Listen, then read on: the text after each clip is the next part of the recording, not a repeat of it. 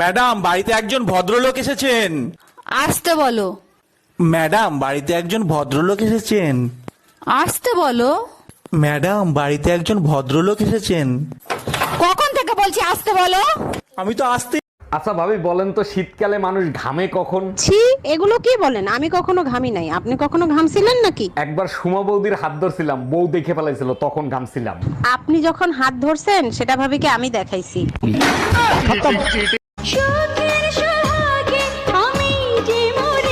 এইটা একদম হজম হইলো না, কি লাগবে সেটা বলো। আমারে 5,000 টাকা ধার দাও, বেতন পাইলে দিয়ে দিব। তুমি তো চাকরি করো না, বেতন পাবা কোথা থেকে? আরে তুমি বেতন পাইলে ওইখান থেকে কাইটে নিও।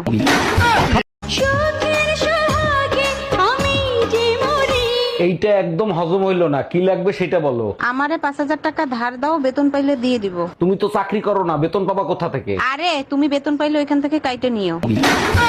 সুখবর সুখবর সুখবর, মোবাইল ইন্টারনেট চালু করে দিছে। বালের সুখবর, 15 সেকেন্ডের ভিডিও 2 মিনিট বসে দেখতে হয়। তাতে কি হয়েছে, মোবাইল ইন্টারনেট তো দিছে, একটু ঘোরে এই আর কি। এমন ঘোরা ঘুরে ঘুরতে ঘুরতে বমি চলে আসে, মনে হয় প্রেগনেন্ট হয়ে গেছি।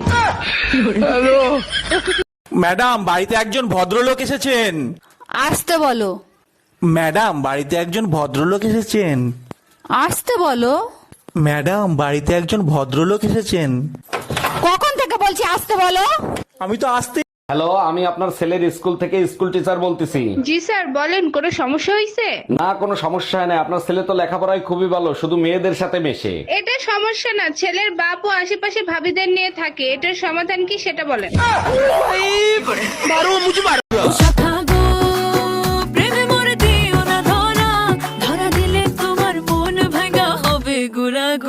তুমি কোন শহরের মাইয়া গো, লাগে উড়া ঘুরা। জানো, আজকে চা বানানোর সময় তোমাকে অনেক মিস করতেছিলাম। বলো কি, তাই নাকি? তা কতটা মিস করছিলা? এতটাই মিস করছি যে চোখ বন্ধ করলেই তোমাকে দেখতাম। ও মাই গড, তারপর কি করলা? তারপর আদা নিয়ে পুতা দিয়ে আচ্ছা মতো ছেঁচলাম।